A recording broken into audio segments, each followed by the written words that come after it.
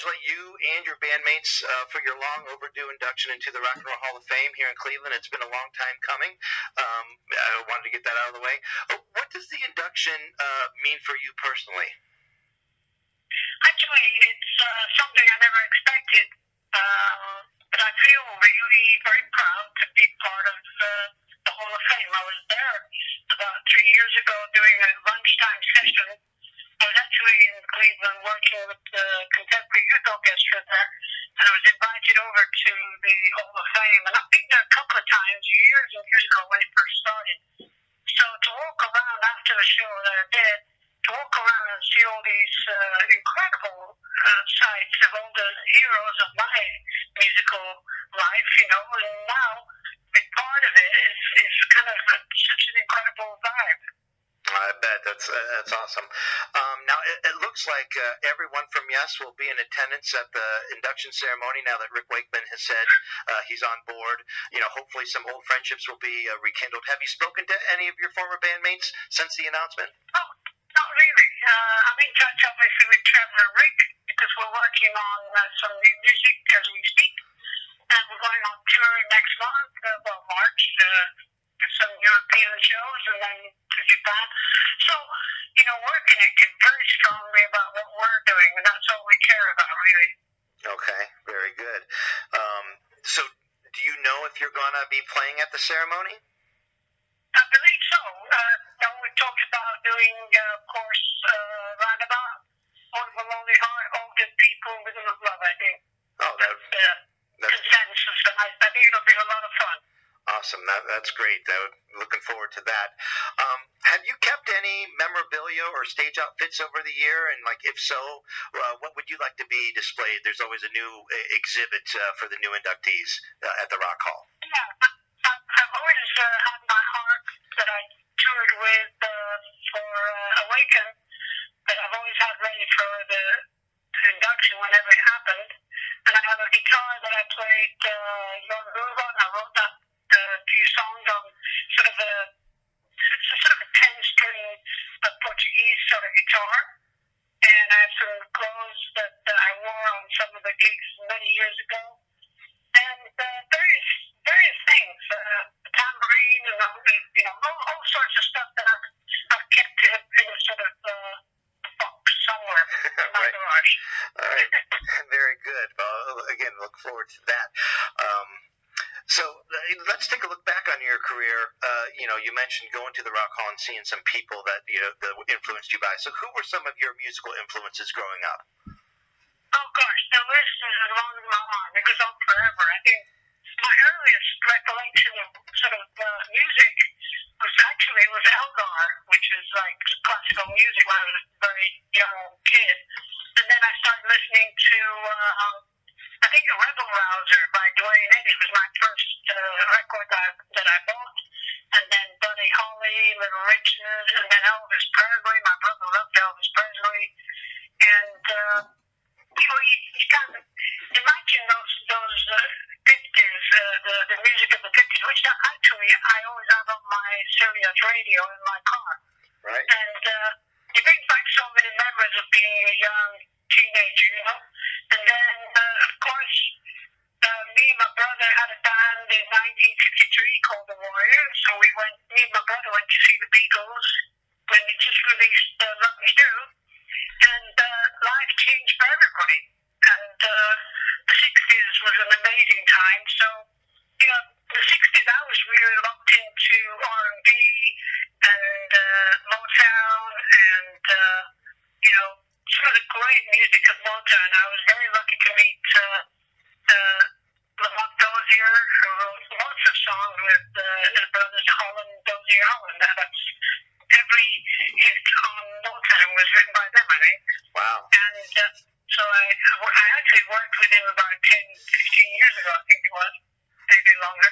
But, to walk around and see all those people in the Hall of Fame, it's like, and then to feel you're part of it, it's so much, it's funny because, I walk around here going shopping and people hardly ever say hello, once or twice a month, now people are waiting. Yeah. So, I'm in the Hall of Fame, so I must be important. Yeah, well, you're like I say, it should have been in a long time ago, I believe. Growing up, what was the one big album that had an impact on you? If you could say one. Yeah, there was a couple. When my brother bought Elvis Presley, he had the first album, Elvis Presley, and then that was a big moment. And Everly Brothers album, and we used to sing all the songs when we were working on the farm. That was our trip. Okay. And when we had a band, we did all the Everly songs and then Beatles songs, of course. And the next big album really obviously was, Sergeant Pepper, because up until then it had been like Revolver was an amazing album, and all the Beatles songs were perfect for that time, and I was in love with Beatles, totally big fan, and then all of a sudden this album came out, Sergeant Pepper, and thank God for George Martin. It was just an extraordinary leap of faith musically on the middle, and very, very progressive music, and had nothing to do with music of the past, pop music of the past, had nothing to do with anything but modern sort of progressive music. And then, of course, you had Frank Zappa, you had the Beach Boys, and all the R&B people still get going. I mean, gosh, when I think about the story behind what's going on, Right. That album was put on the shelf for 18 months. Yeah, it must have driven, who was the singer in that? What song? Marvin Gaye? Marvin Gaye. Yeah. It must have driven him down crazy. The record company said, we don't hear any hit records, so for 18 months it wasn't released. Wow. And that would drive anybody crazy. Sure. What an important album. And then, of course, the next album was Stevie Wonder, Songs in the Key of Life. These kind of things happen every 5 years. These things were just rolling and rolling. But it still happens now, Right. I was mesmerized by Beyonce's Lemonade, wasn't it? Right, Lemonade, correct. Yes. Wow. Unbelievable. And actually, I thought the best U2 album was the one that came out for free on iTunes. Right. Huh. Unbelievable songs. Unbelievable. So there's always something good coming up. Yes, I agree. Very good. I read that you are a self-taught musician. How did that come about, and how many instruments do you play? I mean, I know the tambourine and guitar, but is there anything else? Yeah, I can play anything, but not that good. But I can play it well enough to sort of compose. I'm actually composing now on my computer. I'm doing some piano concerto. I'm being helped by a young 21-year-old guy who lives nearby who does. He can actually score for orchestra as a young musician, and he comes over here once a week. So I'm working on that. I'm working on some new music with ARW, and keeping busy, keeping myself out of trouble. That's very good. Was music something you thought you would be doing for the rest of your life once you started getting into it? No. You think, you start a band and you think you don't think about the future. You're so in the moment. So people would come to me when Yes released Close to the Edge, people would say, this will still be around in 10 years' time. And I used to say, I don't think so. It's gone well beyond that. Life is like that. You never know what's going to happen next. And here I am going on tour with Rick and Trevor. And we have a great band, and we're having so much fun playing music that we wrote together, and Yes music that we all love playing, and now we're writing new music. So it's an ongoing. Musicians never sort of retire, except for Bill Bruford. I don't know why he retired. I think he just got bored with it all. Wow. Yeah. Now he's got it. He should be there. He should be there at the Hall of Fame. Right. Okay, that's what I thought. That's good. You play the tambourine, Phil. There you go. That's awesome. Now you've also been a pretty prolific writer throughout your career. Doing solo albums and other bands that you've been in. Where have you drawn your inspiration from to write so much?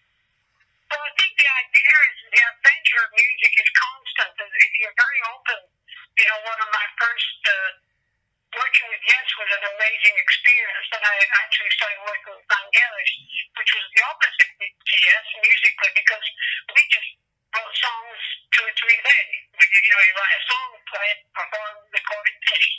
Wow. Whereas the making music was 2 or 3 days to make a piece of music in those days. They were And You and I, very involved with structure and everything. Where Vangelis was the opposite. And then I've worked with different musicians for the adventure. And I still do. And thankfully the internet is the door was wide open. So I work with a dozen people around the world now on different kinds of music. I'm just downloading 20 pieces of music now, which is just finished downloading. And it's a great friend of mine who lives in LA, and I have these ideas that I want to write on this music already. So that's my next 2 weeks' work. Wow. Very good. So you started Yes, in the late 1960s. If you were to introduce Yes to a younger generation of fans, say teenagers or early 20s, which albums would you have them listen to first to kind of give them a feel of what the band was all about?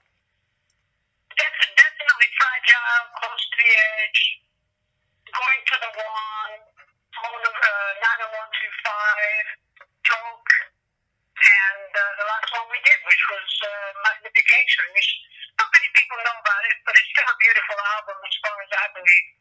The interesting thing is, you don't make music and say, well, this isn't very good, but we'll release it. You always think you're doing great work. Right.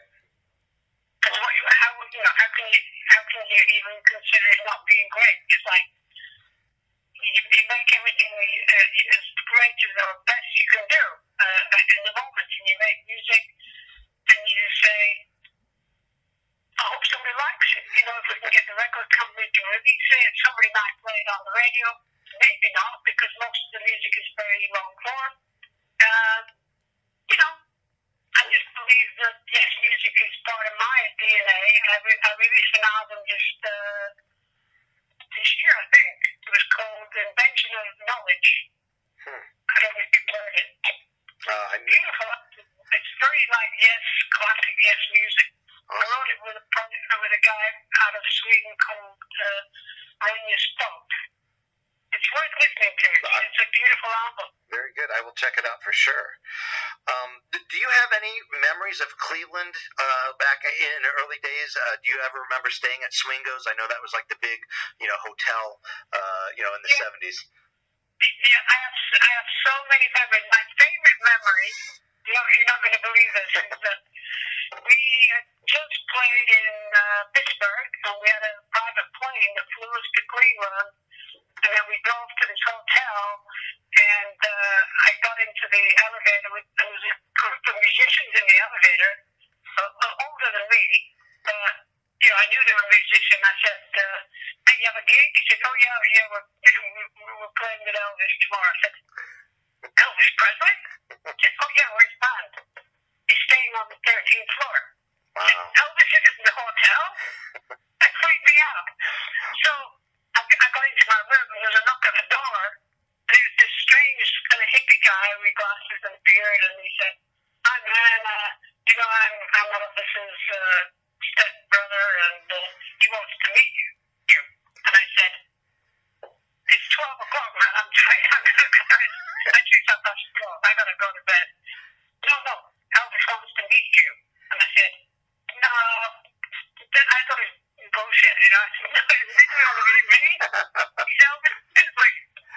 So I went to bed, and then the knock at the door an hour later, and it's the same guy. It turned out to be true. Wow. He said, Elvis would love to meet you. I said, look, and I was so, it's not that I was scared, but I thought, I'll walk in, and if Elvis will be there, I won't be able to say a word.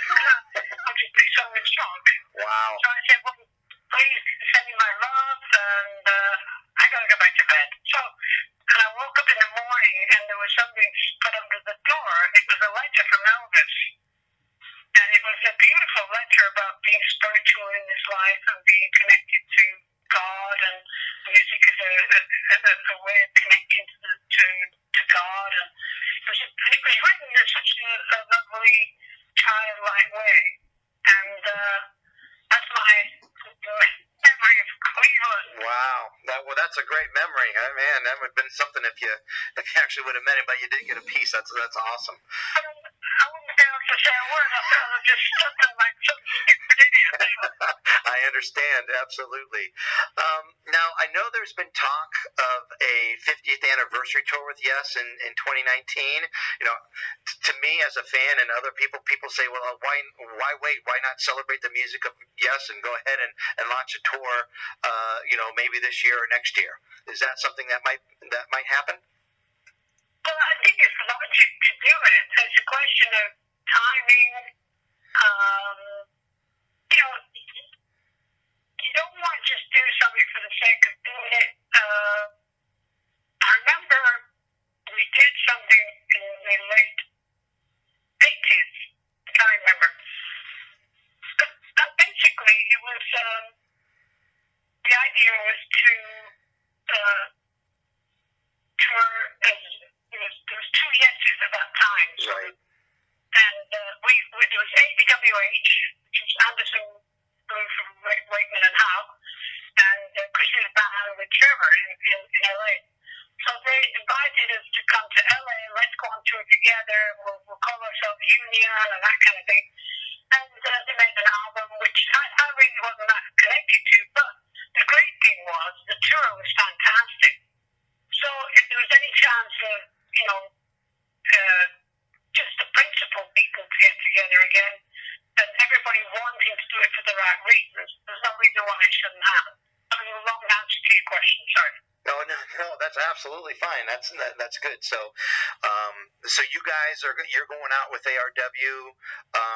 You said in Europe pretty soon, and then are there going to be more dates in the States? I saw the show in Akron and at the Goodyear Theater, and it was phenomenal. You guys sounded great. We're hoping that you guys come back to the States again. Oh yeah. Well, we should be. There's talk of us playing more shows in the summertime, and that's just a question of, they say, oh, we'll do some festival. They go, oh, okay. At the moment, we're excited to do anything. Exactly. Great. Well, that's super. Well, John, I tell you what, it's been a pleasure talking with you. I look forward to seeing your induction at the Hall of Fame. Again, I wish it was in Cleveland every year. I think it should be, but I'm going to make the trip up to New York and check you guys out, and I wish you nothing but the best. Thank you so much, and take care of yourself. All right. Thank you. We'll talk to you soon. Thanks. Bye. Bye-bye.